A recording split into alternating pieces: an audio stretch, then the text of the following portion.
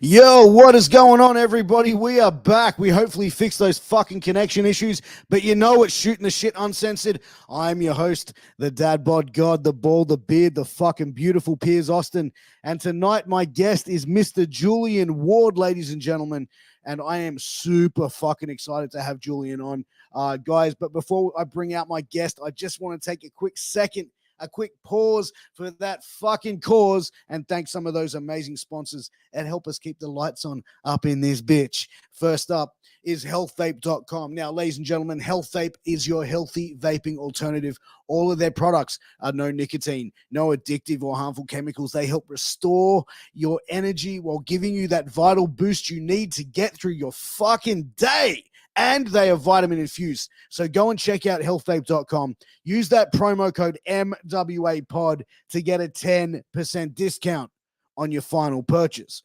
Also, ladies and gentlemen, make sure to go and check out sleeves.com. That's SLEEFS, sleeves.com. They've got all your athletic wear covered, your armbands, your compression pants, your compression shorts, your compression socks, headbands, mouth guards, boots, and they've even got those dirty boxes that everybody loves. These boxes will stay dry, they stay fresh, and they'll keep that special someone in your life giggling when the belt buckle comes undone at the end of the night and they see those funky designs. So make sure you go and check out those dirty boxes over at Sleeves. Use that promo code MWAPOD and get a 10% discount on that final purchase.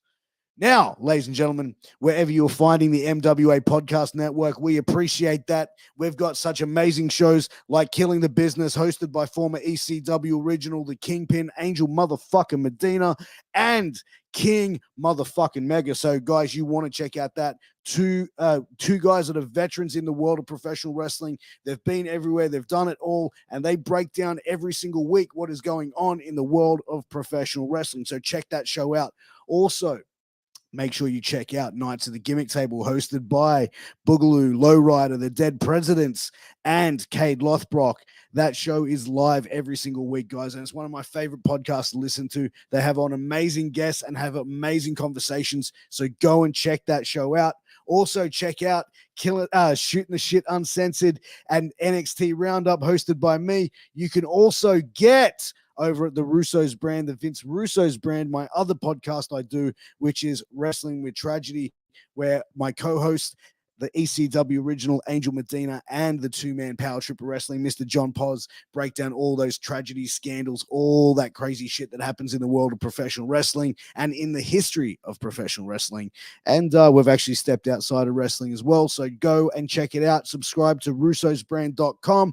We appreciate it. But ladies and gentlemen, enough of me talking shit. It's time for me to get into my conversation with my guest, Mr. Julian Ward. Let's go.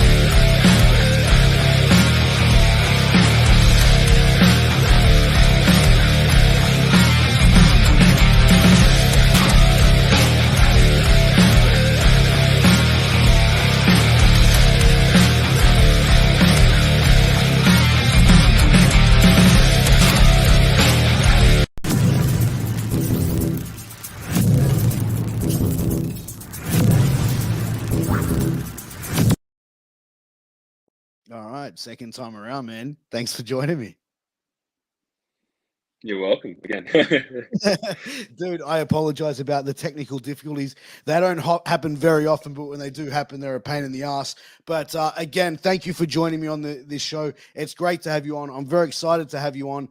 I've had some great conversations with some of the guys over at EPW in the past week, and excited to have another one with you here tonight. Mr. Julian Ward, thank you for being my guest. You're very welcome, man. I'm excited to be on. I've watched the last few, and now it's my turn. That's it, dude. That's it. But, dude, starting off, obviously, professional wrestling being such, a hard taxing, industry to sort of break into, but not only physically, but also all the other hurdles that you've got to go through. How did you find breaking into the industry? You mentioned earlier to me that you started going to EPW shows at 15 years of age and you were around that scene. Was EPW like a no-brainer of a place for you to go and train? Yeah, man, it was. Look, it's not shade on anybody else, but I went to all the different shows when I was a young fella, and I thought that EPW was the highest quality wrestling we had in Western Australia.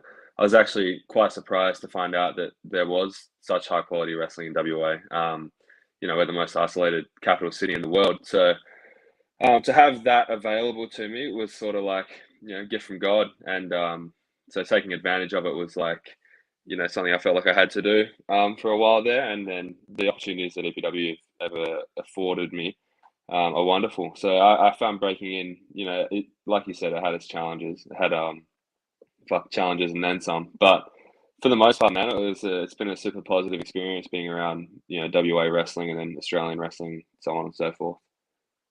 Dude, like coming into it, like, did you find it hard, like being like a fan, jumping over now, like to be like one of like a professional wrestler, to be a trainee? Like, did you find it was like when you came in, was it looked at like, oh, this guy's a fan, or was it like, oh no, like this guy looks like he's got athletic ability, there's some potential here? Or was it like, let's see what this, this is like a young fan coming in? Like, what was the mentality? How was the feeling going in? I was lucky, man. I came in like what I would consider to be a super class. So if anybody is trained in wrestling that's listening, or there's anybody like other wrestlers that are listening, they'll know that the average training class might produce one good wrestler, but I'd say that the majority of them, unfortunately, a lot of people just don't have what it takes, which is a sad thing. But our class had an amazing hit rate. Like we had just in my class, we had myself, Taylor King was part of my training class, Logan Gray, who was EPW champion, Liam Mandel, who since retired, Harry Avalon, who almost won Survivor. So all these guys that went on to do a bunch of cool things and had an impact on the business in WA.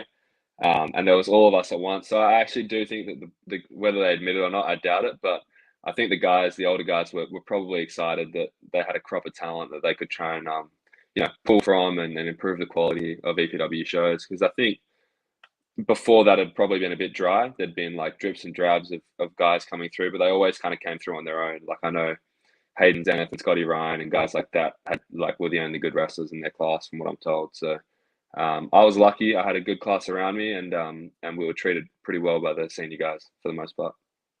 Yeah, because I could imagine like most pro wrestling gyms and when they do tryouts, the different types of people that turn up and stuff like that. So when they see people that are physically fit and they can sort of go the distance to a certain degree. I mean, obviously, like I'm not too sure about the tryouts, how much they try and blow you guys up, but to see that coming through, they must have gone, all right, well, look, we've got a good crop of guys here coming through. This isn't just like the general guys that are just sort of churning in. But like, for you as a performer, once you sort of started training, how did you find going from being like having training matches in the gym, going through the training process, to now going, okay, let's put all this together and do this in front of people? Was that an overwhelming experience for you, or did it come naturally for you? Well, like I was saying to you before, like the athletic stuff, I didn't really have very many hurdles. Like, the fundamental wrestling movements came to me pretty easily. Without, humbly, but like that was the easy part for me, from the background that I came from. But then that part that you're talking about is where I hit my first real hurdle. So, character work and ring psychology and things like that, I just had no idea. I didn't do drama as a kid. I wasn't, I didn't sing in front of people. So I had no experience, standing up in front of a crowd, and I had no experience manipulating a crowd or portraying somebody that I wasn't. So the first year of wrestling, my biggest struggle was probably, trying to come out of my shell a little bit and be something that is worth paying to see. And that's probably the most intimidating thing, is like to go out there and to put on a character and to put on a persona.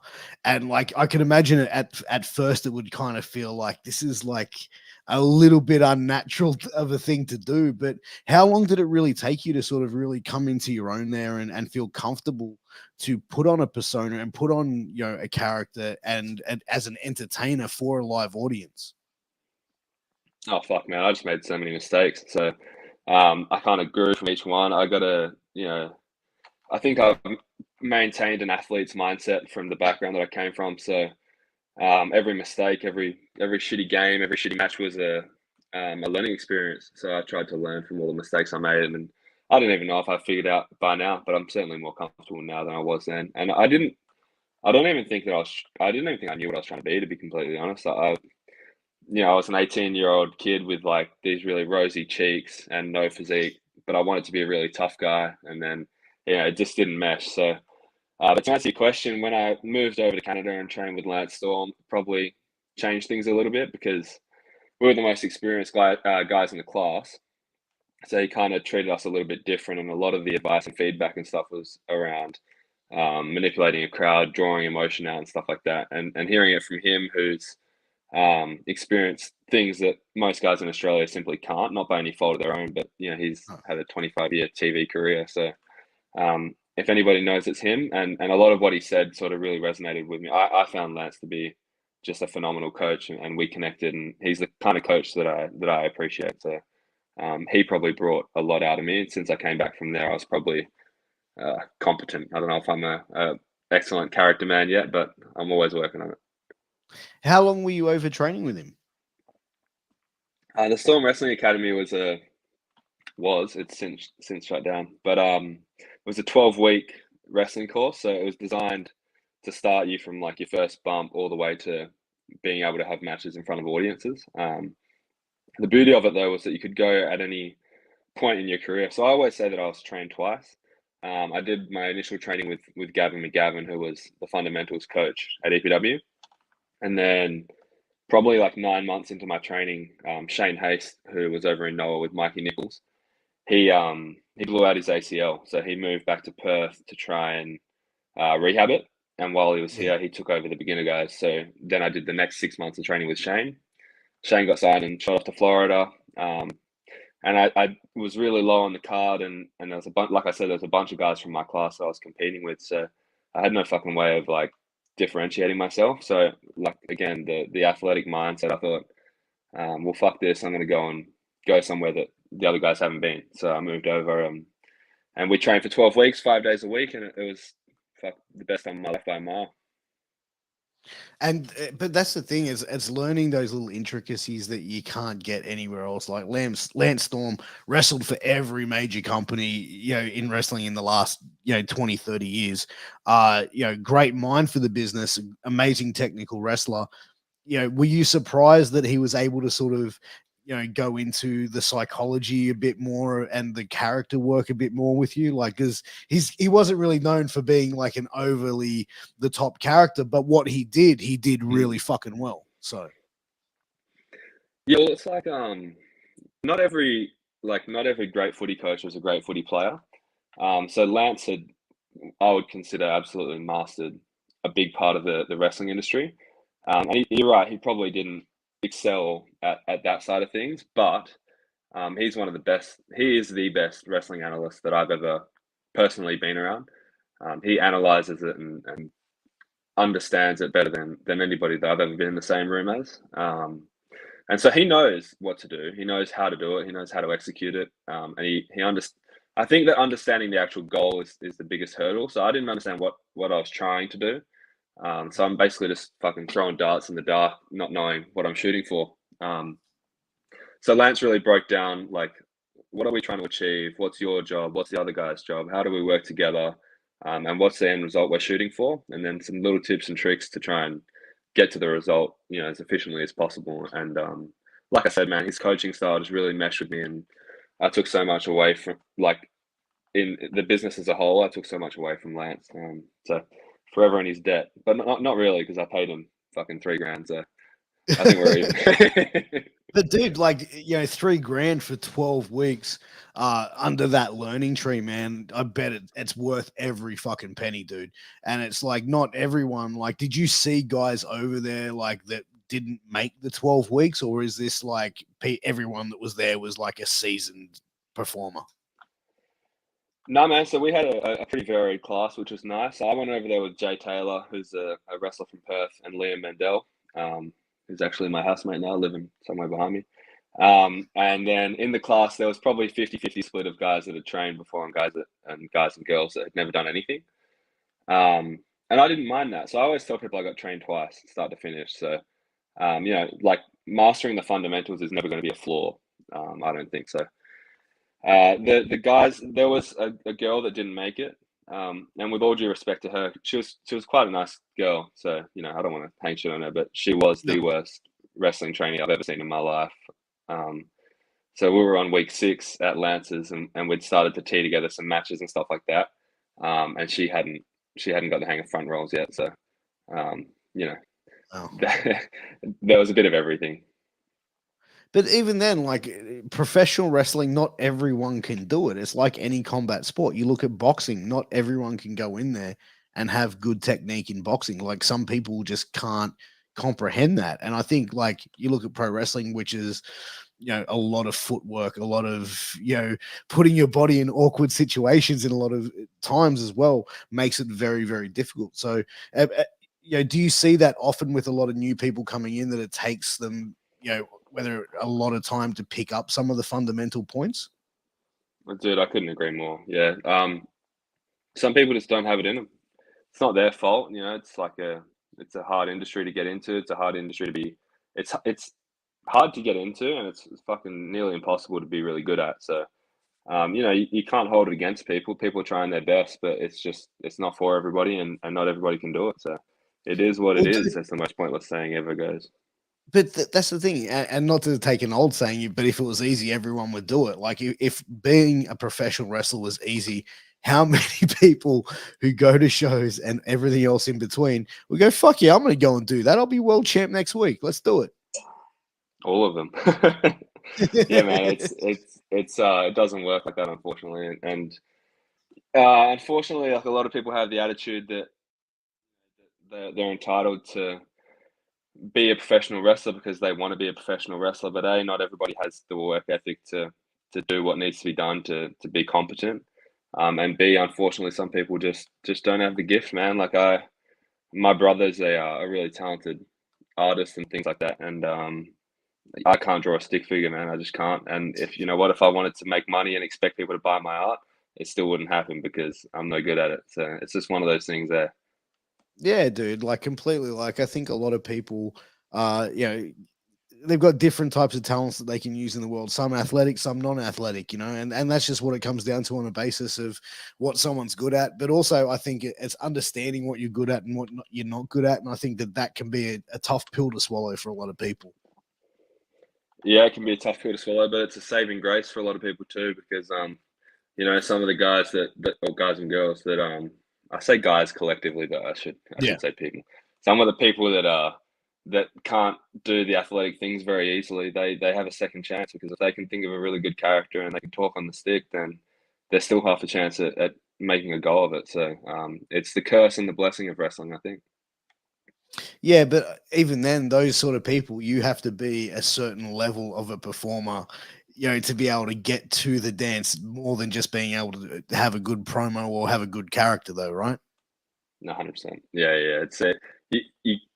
You can lean one way or the other for mine, but you can't just fully rely. And it goes for in-ring ability too. You know, like you can't be an amazing athlete and have no ability to draw a crowd in.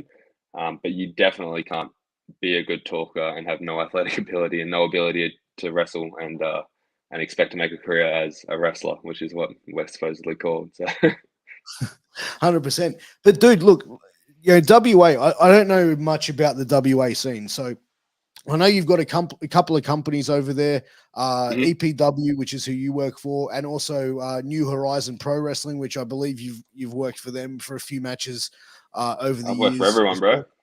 Yeah, well, there you go, bro. You've been Wrestle Rampage and everything, bro. But Yeah. you know, how is the WA wrestling scene? Like, is there cohesion there? Is there more of like a us versus them mentality? Like, is there, how do you guys try and work together to bring crowds in? How does it work? Well, fuck, that's a loaded question, isn't it? So it's that again, man. That's changed so much since I started. So I think that I might have been around the first time that people really started to what's the word, like, work for multiple. And man, like, it's probably not, they probably don't want me to talk about it, but it's true, so it is what it is. EPW hated it at the start. Not EPW, the management never ever said a thing about it, but the boys hated it. A select few of the boys hated it. Some of them probably still do. And I think the idea was that if you can see Julian Ward wrestle 3 weekends out of the month, in various promotions, and then why pay for an EPW ticket when you've got 4 chances at it? Which is logic. Whether it's correct or not isn't for me to say, but it's their viewpoint. And then guys started like Chris Weiss. Do you know Chris Weiss? I know the name, yeah.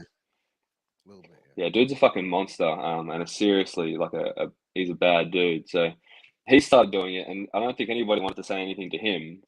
And then he kind of set an example, which he probably didn't mean to do, but then a bunch of us started taking bookings at Schwa, and then at NHPW, and then now STW's around. So I think that more work is a good thing, because there's a lot of guys that can't break onto EPW shows, and that's their opportunity to get experience in front of crowds and hone their craft a little bit, if there's spots on those shows, so they can try and get to the level that EPW requires, because we have so many wrestlers waiting in the wings. Sure, yeah. But like, we're a city of 2 million people, and 4 wrestling companies. Is there enough wrestling fans to sustain all 3? They all seem to be doing pretty well at the moment. The crowds are pretty healthy, so I guess maybe the answer is yes. But I don't know, man. It seems like a flooded market sometimes, I guess. Yeah, I could imagine that many promotions there, but but in a good way. Like, I think, I can understand your point, what you were saying about, like, if you can see this performer over here and pay X amount and then see him like another 3 to 4 times. I think it depends on the level of performer that you've got there as well. Like, if they've got a great level of performer that can draw people into every single show, I mean, it's possible, but I think it depends on the performers. It does. And like, every company has like the one that they build around, as they should. So I know that NHPW had Lena Cross, who's just phenomenal. My friend keeps flicking messages at me. Lena Cross is great, and she's so marketable that NHPW, I'm sure, we're really keen to hang on to her and make her their special attraction. And then Schwa at the time had a completely different roster. Now Schwa and EPW are much more intertwined and kind of trade. Like, we did a Schwa versus EPW show for our last show, so we kind of work together, and then STW kind of does its own thing. But they're all, like I said, I've worked for them all. They're all good to work for, and I don't find any issues at either. So it's a funny topic though in Perth wrestling. I think it's a funny topic in Aussie wrestling in general, like the balance between promotions and how can they all coexist, and should they trade everybody or what? So I don't know. What do you think about it? Dude, I think, like, back in the day when I was like first hanging around Aussie wrestling in like 2000, 2001, like, you would go to shows here in Sydney, and when you would see IWA guys wrestling on IWA shows, AWF guys wrestling on AWF shows. I think it was ACW. They, again, like, they would not intertwine, but then again, like, for shows that are running maybe once every 2 to 3 months, how are your performers then getting better? But if you've got like say 4 performers over here going and wrestling in other places, they're wrestling the top guys or top stars in those other places, they're learning and getting better. So it's only going to be ultimately better for your product, because your talent are going to come back to your promotion, and they're going to sort of feed that through to the other up and comers or the other people on the roster. Yeah. So, hey, thank you. I totally agree, man. Like, it's all about what your logic is, and that's 100% my logic. If you're having, like, Lance Storm had a theory that you could train too much. So if you get too used to training just having training matches, no audience, no reason to try and draw things out of people, nobody to draw anything from, you can kind of become a really good training match wrestler. And I've seen that happen to guys. There's a couple guys here in particular who I definitely won't name, but they're like training superstars, man. They can just absolutely shred the house down at training, but it just doesn't translate. So experience in the ring in front of a paying crowd, and trying to give them their money's worth because they've bought a ticket and you're part of the attraction. That's like invaluable experience, and the more of it you can get, the better you are. And then that experience can be parlayed to the younger crew. So like, yeah, experience it can't be taught, but it can be shared. Does that make sense? Yeah, 100%. Like it can definitely be passed down, and because Yeah. like you learn something from one performer, then your next match, you have someone who's maybe a little bit greener, for example, or hasn't been in as long as you have, and you go, hey, instead of doing this, do this, something you've learned, and then you're passing that knowledge through. And I think that's where like Australian wrestling really is at the moment, where there's so many people in the industry that want to make it better and want to put more eyes on Australian product. Like I've said it before, you look, dude, like during last year's lockdown, we were one of the only countries that were doing wrestling shows and sporting events at almost pretty much full capacity around the world. I believe it put a lot of eyes on Australian companies that were on those live streaming platforms like Fight, IWTV, and that sort of stuff, because it really draws a lot of eyes onto the product. And I think when people around the world and hardcore indie wrestling fans that love that style of wrestling, they can get it on those platforms, and hey, they're watching that Australian shows over in the UK, the US, and a bunch of other places. So I think the last 12 months, Australian wrestling has probably seen a lot more eyes on it than it would have if the rest of the world wasn't in lockdown. I think it probably, honestly, I think it comes down to leadership. Like the people that are at the top of the Australian wrestling scene are, for the most part, really like genuine people. And guys like Robbie Eagles, that like he doesn't know anyone anything, but he's very selfless. And if you send him, I don't want to speak for him, but if you send him a clip or something, he'll help. And he's been helpful to me personally as well. And it's the same over here. Guys like David Storm, who's, I don't think there'd be too many Aussie wrestlers with like over 20 years experience. And he'll tell you, everything he knows. The old school mentality was like the guys want you to be good, just not as good as them. But I don't think that's the case anymore. I think that we all understand that a better Aussie wrestling scene. There's a saying about a boat here, but that everyone gets lifted up. A rising tide lifts everybody up or some shit. The better the Aussie wrestling scene, the better it is for everybody. So the leaders being really selfless with their time and with their effort has just like lifted the whole scene. And through the COVID period, like you said, like those guys and girls that really put effort into growing what we have here because you couldn't travel, that is an investment that's going to pay off for all of us if you're willing to put in the work. Yeah, and I think that that's the main thing as well, like putting in the work. You know what I mean? Like, we talked earlier about like people that just can't get wrestling or just can't, pick up or comprehend it. But I think that no one is, walks in and is good at wrestling. I don't think anyone comes in and is good at anything really, but like, I think time and practice, and if you have a desire, you have a want, you have a goal that you are going to achieve, I think it comes down to an individual person who wants it. If you want it bad enough, you'll fucking do it. You know what I mean? Like, yeah, man, for sure. Attitude is everything, man. Like rising tide lifts all boats. This person said. Thanks, Liam. We That's the one. appreciate you, dog. Thank you, brother.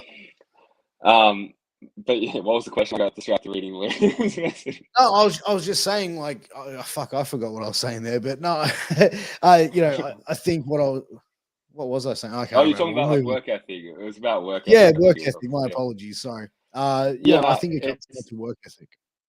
Well, it's hard. Like it's hard. It's genuinely hard, and like the more you get better at, the more you realize, fuck, man, I have so much shit I still need to work on. And there's a point where it becomes demotivating to some people. And that type of personality type is going to struggle. The other type of personality that thinks that, like I've just identified 40 things that I need to work on. Well, shit, I better strap up my boots and work on those 40 things. And then there'll be 40 more and there'll be 40 more, and it's never going to end. So you need to be able to, I think Marcus was talking about self-evaluation with you the other night. And I think it's a super important tool. You need to be willing to admit to yourself, who you really are and what you're really willing to put into it, because everyone says they want it. And some people mean it when they say it, but they're not doing the right things, whether it be eating right and being in the gym, which is a part of it for a lot of people, or investing money to travel and do seminars and get in front of people and try and learn. We're in the social media age, bro. So, wrestling once a month and a highlight clip, that's enough for some people. But you know what? I think as well, like going to seminars, going to training, and when I had Carter Deems on, this is something that he said as well, which I really thought was just amazing what he said, and I agree with it, is, you can go to all these training sessions, you have these amazing training sessions, all of that, you can be in the gym training 7 days a fucking week. But are you getting advice from the right people? You know what I mean? Like you can get advice from like someone who a very experienced veteran who can give you 10 minutes of their time and tell you what you can do to get better. And that could be more important than 10 training sessions that you could go and do and do the bumps and everything that goes through with those training sessions. But you can get that advice, which is going to help you out a great deal. Self-evaluation, bro. Have a look at your trainer. Where have they been? What have they done? And what's their match quality like? If it's not that good and they're coaching you, well, then that's probably your ceiling too. So you need to be, aware of what's going on around you to the point where you know that old say, I'm full of sayings, bro. That saying, show me your friends, I'll show you your future. Well, show me the people that you're taking advice from. Show me the people that you're training with, and I'll show you how you're going to end up. So, and that's I struggle to understand that with some people. Like I don't know if they're just if they're lazy, but I feel like you would identify if the person you're training with or taking advice from isn't doing things as well as you would hope you want to do them. But hey, man, some people get stuck in a rut, and I do feel sorry for a select few that go to the wrong school and just didn't know and get the wrong start, and then people put things in their heads and they sort of misunderstand what it is that we're actually trying to achieve, and at times that's not people's fault, but at the same time it's on you guys. There's so many reputable schools around, and if you look hard enough you'll find them. So every aspect of the journey from finding a training school takes effort and energy, and that's one of the key components. And again, man, as we said, the effort and energy, how much you're prepared to put into something is what you're going to see out of it. If you put a half-assed effort in it, you're probably not going to progress. You're not going to get to the next level. You're not going to achieve what you want to achieve. If you're not prepared to, put that work in, evaluate yourself, understand where you're at, and be humble about it. And that's fine.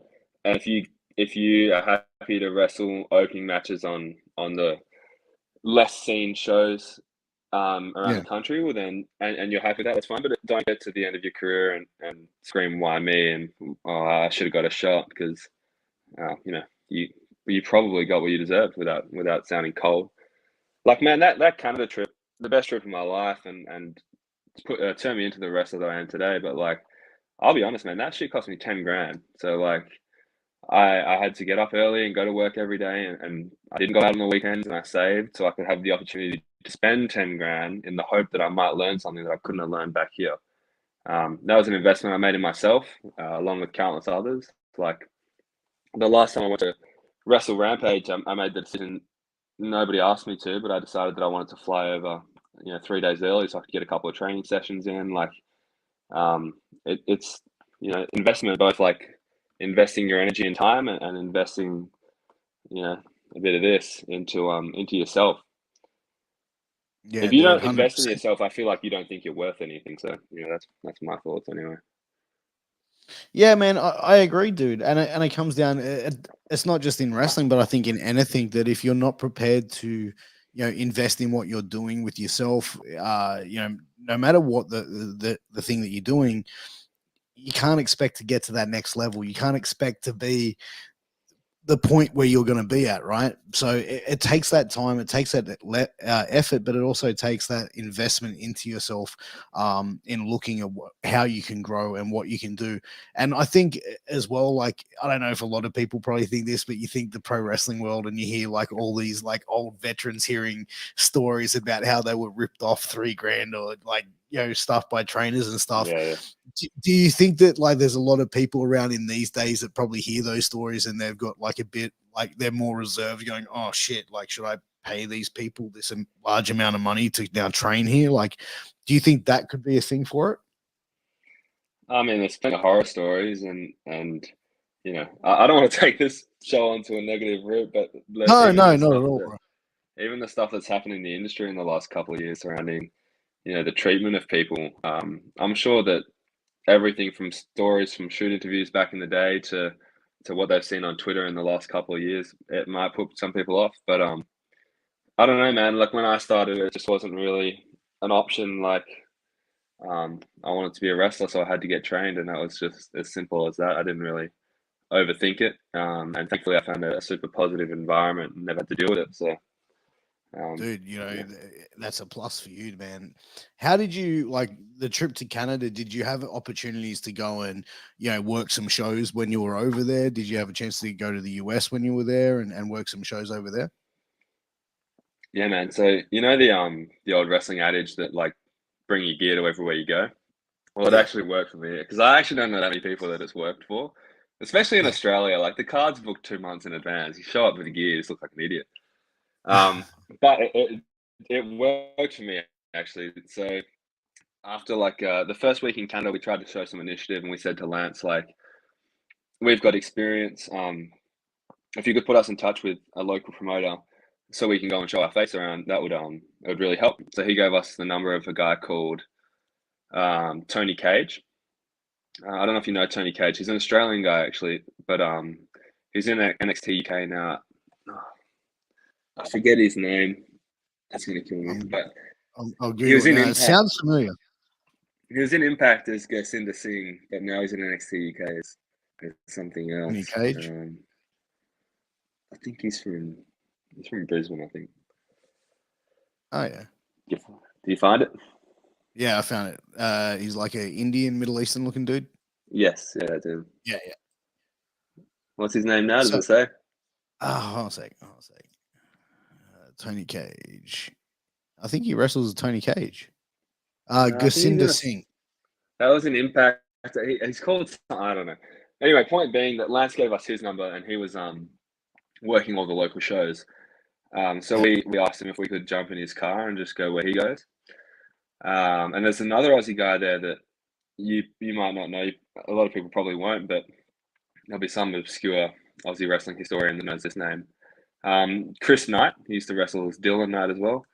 He's an Australian dude, I think from Melbourne, that has lived in Calgary for years and years and years. He was in like one of Lance's early classes. So him and Tony sort of like made a point because we were three Aussies and we reached out and we asked for a helping hand and those two guys, they gave it to us. So they brought us to a couple of shows and we helped with the ring and did the shit that you're supposed to do when you're trying to get booked.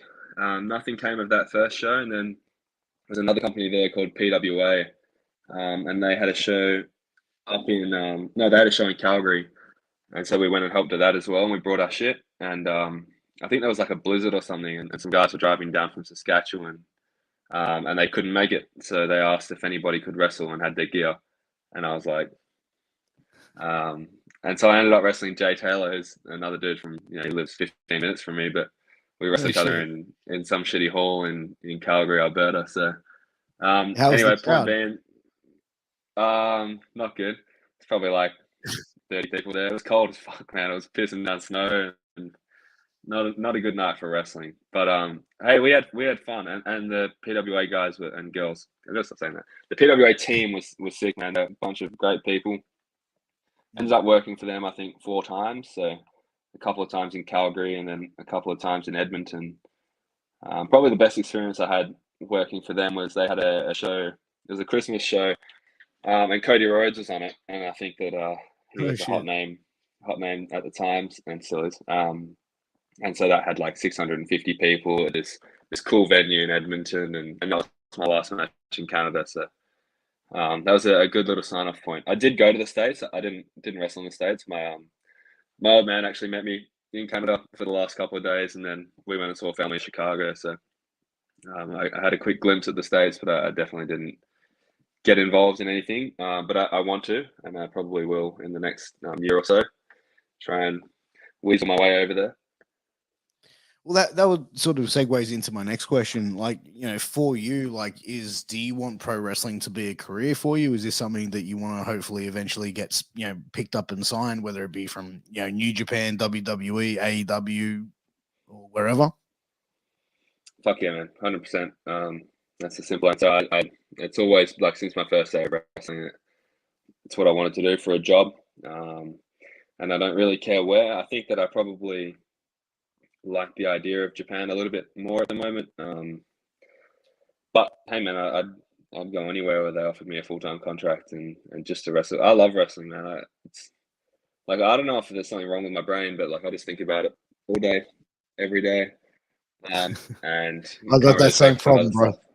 Dude, I I can't really really focus on other shit. So, so if somebody wants to, that is the goal, and I am willing to put into the work to get in front of the right people, and if it happens, it does, and if it doesn't, then I want to at least hang the boots up, knowing that I gave it a good crack. Oh, absolutely. And I think that's the thing. You don't want to be left like sitting there in your like 40s or 50s going, what if I just did this? And I think a lot of people have those sort of feelings when they get to that age, man, where they look back and it's like, oh, I should have really done that.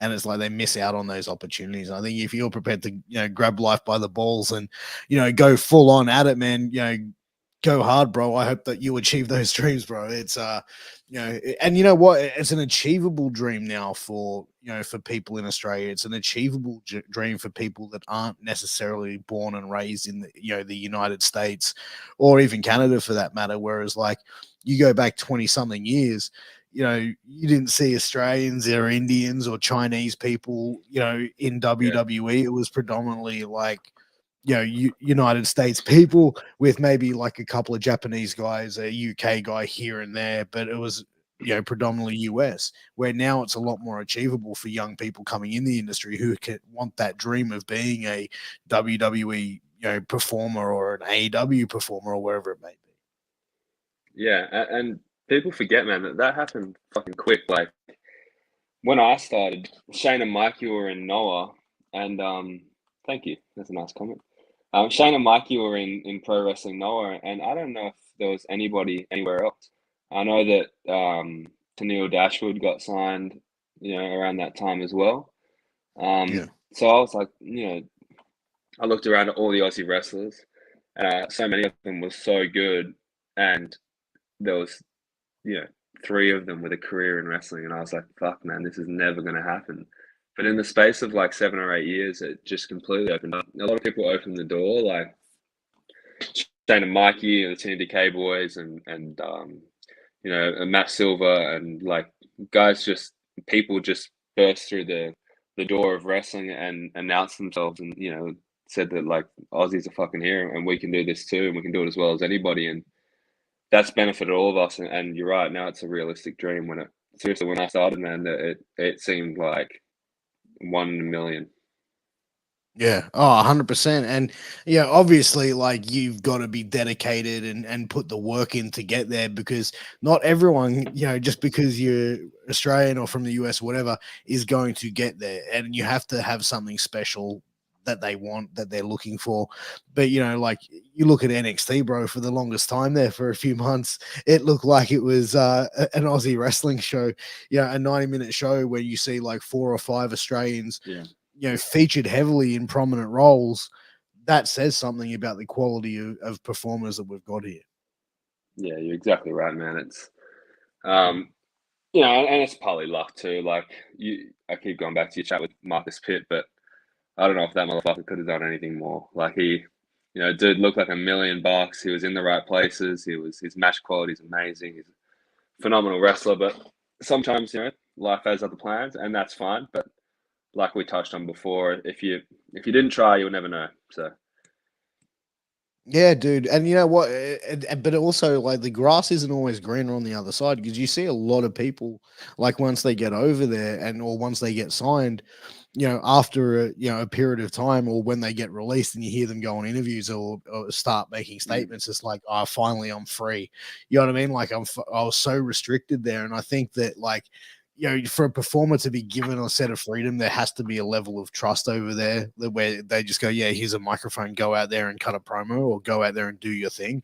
Whereas, like, it's a publicly traded company, WWE. They're not going to just sit there and let everyone go out there and say whatever the fuck's on their mind. It's never going to happen. yeah, no.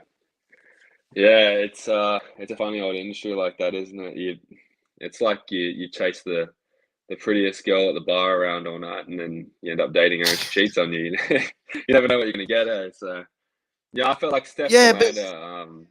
I'm friends with Steph, and like I said with Pitt as well. Like, she did so much right. She got an opportunity and she did really well. And then they just decided that they wanted to go a different way, and that was it. So the industry sure does, like you said, the grass isn't always greener. It chews people up and spits them out, but I'm sure she'll be fine. She's phenomenal. But you get the idea.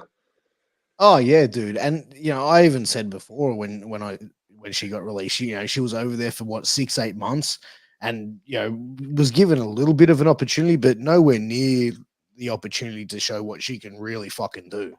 And I think Yeah. that, like, honestly, they didn't really give her an opportunity to do that. I think that what she was featured in, she made work, and it was entertaining and it was great. But I think that there's a lot more they could have done with her at a massive scale. Yeah, man.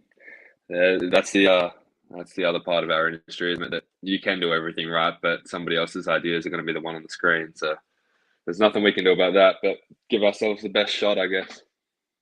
No, 100%, dude. And you know what? Like, I'm sure if you go and ask her, like, if she regrets anything going over there, the answer would be absolutely not. You know what I mean? And just because Yeah. she gets released, or just because a performer gets released, doesn't mean, like, career over, bro. Like, it doesn't No, mean no, that at no, no, all. no. There's always redemption. There's always other companies that you can go and work for and state your claim in the business at. Yeah, dude. Well, the theme of this podcast has been attitude, hasn't it? So if you think it's the end of you, then it probably is, because you've devalued yourself. So I think Steph tweeted that it wasn't even close to being the end, and that she'd be back, and I believe her, because I think she believes in herself, which is the most important thing. Yeah, dude, you've got to have self-worth, and you've got to have, an understanding and knowing how good you are and what you can bring to the table. There's no doubt in my mind. I think that she's, not she's just, scraping the surface at this stage. Yeah, just, But for you, you mentioned, Japan would be the ultimate, would be the preferred place for you. But, like, you know, what are your biggest fears about, like, okay, if you got signed to a major company, like, do you feel like, okay, I'm going to go over there, like, say for example, we keep saying WWE, but WWE, AEW, New Japan, whatever, is it a fear for you and others that, okay, cool, I get signed, and now, like, I have to change my entire fucking gimmick, my entire like ring name? Like, how much of a worry for you and other performers is that, or is it even a worry? you know what? I was talking to somebody today about doing this podcast, and I was saying that I watched your one the other night, and it didn't have all the same questions. And I actually think that that's a question I've never been asked before. Nor is that a topic I've ever really thought about. So it's a really good question. I don't know. Like, I've certainly put a lot of work into myself, but um, I'd probably, yeah, I don't know. That's a good question, actually. That's a good one to talk about over a few whiskeys with the boys when we get back together, because nobody's ever asked me that, and I've never thought about that. Well, there you go. It's it's just something that I feel interesting. Like, I'm not an in-ring performer, so for me, it's not something. But I always wondered, like, what would be the mentality about that? It's like everyone's goal is to get signed, but it sounds like, okay, you get signed, now you're going to be Boo Boo Mm, Fluffy Kitty. You know what I mean? Like, yeah, fuck. You know what I mean? Like, it's is that a scary part of it? Yeah, most likely. I mean, But it probably would play on, like, people like, who's somebody they've renamed recently. I can't think, but like somebody like Adam Cole, if when he went to NXT, I'm sure that would have been a concern for him because that's like we said about investment before, he'd invested into the brand of Adam Cole his whole life and had built it to the point where it was extremely self-sufficient. So if he'd got there and they'd tried to change his name, it probably would have been a bigger deal to him.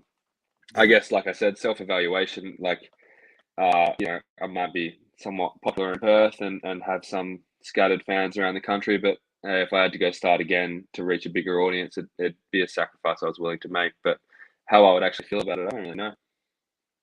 But you know what? Like, I think as well with a lot of performers is if you confident in your ability, and we use that word again, confident, and and understand what you can do. And I use Eli Drake as a prime example of this. He went over to NXT, was given the name LA Knight, which sound like a fucking 90s porn star name, right? Dude, but you look at other but you look at other stars that at the same time that had name changes and stuff like that, they got these random chants and shit like that. He never got that because he got that shit over. You know what I'm saying? Like, no one was chanting Eli Drake at him. Same way when they changed his name to, I think, Max Dupree or some shit like that recently. It's, you know what I mean? Like, hey, man, he is a guy who can get that shit over. You know what I mean? So if you're at a level like that, I don't think, whatever, man, whatever name you're going to throw at me, I'll get it. I'll make it work. Like, Dolph Ziggler is a fucking stupid name. Like, have you ever stopped to think about the name Dolph Ziggler? But hey, man, he made it work. I don't think that the name makes the wrestler. I think that the wrestler makes the name. I tell that to like a lot of I started coaching a little bit at the EPW school with beginners. And obviously every beginner that's been training for 2 sessions has their full gimmick kitted out. And I tell them, the Hall of Fame gimmick too. Yeah. A, just pump the brakes a little bit, but B, your name and your character, you make that. It doesn't make you. You're not going to get over because you had a good idea. You're going to get over because of how you executed the idea and your quality of performance. But how do you find like training people, dude? Like, you mentioned, starting off training the beginners, and I think like training beginners would be like the most excited people would be like kids, like walking downstairs on Christmas morning into like their wrestling dream. Like, is it like that for a lot of cases? Yeah, it's a funny one. Like, I never saw myself doing it, but I feel like we're making this the most depressing podcast ever, but a couple of years ago, I found out that I had a genetic heart condition, which I didn't know about. It doesn't affect me at all or anything. It's not life-threatening, but at some point, it may or may not cause me to have to slow down a little bit. So I think that the training people thing is something that I want to be involved in wrestling forever. So if it can't be in ring one day, hopefully many, many years away, but that's something I'd like to do long term. So I thought I'll try and wet my feet early and see if I have a knack for it. And I think that like my temperament and stuff is good for things like that. But I'm still learning the ropes about coaching. Like I said to you before, man, like I consider myself to have been trained twice. I got trained start to finish in EPW and then was ready for a show. And then I went and started again with Lance Storm. And I put fucking effort into my training. Like I tried as hard as I could, and I had a stupid little notebook, and I scribbled notes, and I still have them. So I think that I have a pretty good grasp of the wrestling fundamentals. I fucking hope so. 9 years of experience, and I got trained twice. And so passing on things like that, I'm pretty comfortable with bumps, rolls, movement, and basic chain wrestling and stuff like that. I'm comfortable teaching. At the moment in Perth, we have Damian Slater, Gavin McGavin, Marcus Pitts around, Mikey Broderick's around, David Storm's around. So I'll leave the expertise to those guys. But hey, man, for my role in the simple stuff, I'm really, really enjoying it. Oh yeah, dude. And as I said, it'd probably be the most excited people are as well to come to wrestling training. Like I can just imagine these eager beavers just getting there, like, yeah, we get to fucking get in a ring today. We get to roll. You get a bit of both, man. Sometimes they take the first couple of bumps and they go, "What the fuck?" Dude, I can it's imagine. not always what they expected it to be, but God bless them, man. They're the most pure people in the wrestling industry. They love it. They want to be a part of it, and they're just happy to be there, and they haven't been jaded by the bad parts of our industry. So you're right. They're great. Yeah. Protect them at all costs. Give them a few years. Give them a few years, bro. They'll get there. They'll be grizzled. They'll get there. But ladies and gentlemen, is that time for 60 seconds with Piers. You all know how this works. We've explained it to Julian. But those of you that are tuning in that have not seen the show, how 60 seconds with Piers works is I've got a bunch of questions. I'm going to fire off at rapid fucking speed at Julian. He's got 60 seconds to answer as many questions as he can. Dude, are you ready to go? Look at those guns, bro. He's pumped up. He's ready to get this rolling. You let me know when you're ready to start, bro, and I'll start it off. I'm ready, bro. Let's go. Name a gross meal combination that you love that no one else does. A gross meal combination. I like Promite and cottage cheese on toast. Ooh. Which wrestler would you love to go out drinking with? Stan Hansen. Okay. The best subject you did at school? None of them. I was horrible. The worst gift you ever gave someone? The worst gift. Oh, okay. I can't tell the story too long. It was a box of pizza shapes, and I thought they were my girlfriend's favorite, but they're actually my ex-girlfriend's favorite. Oh. So the joke just went straight over there. All right, next up, favorite Australian place to visit? Villiers in Adelaide. If you couldn't wrestle, what other career would you do? Porn star. Instagram or Twitter? Instagram. What is your biggest pet peeve? People that chew with their mouth open. Which celebrity was your first crush? The chick from Charmed. I can't remember which one, but Mum used to watch Charmed, and I liked that chick. One of them. Okay, Yeah. Last one. If you could win an Olympic gold medal in any sport, what would it be? Shit. Boxing. There you go. Ladies and gentlemen, that is 60 seconds with Piers with Julian Ward. Bro, the porn star one threw me there for a second, dude. But yeah, my gimmick could be the world's worst porn star. Well, there you go, man. You got the only 2-minute video. Only 2-minute videos. Keep the crowd moving quick, bro.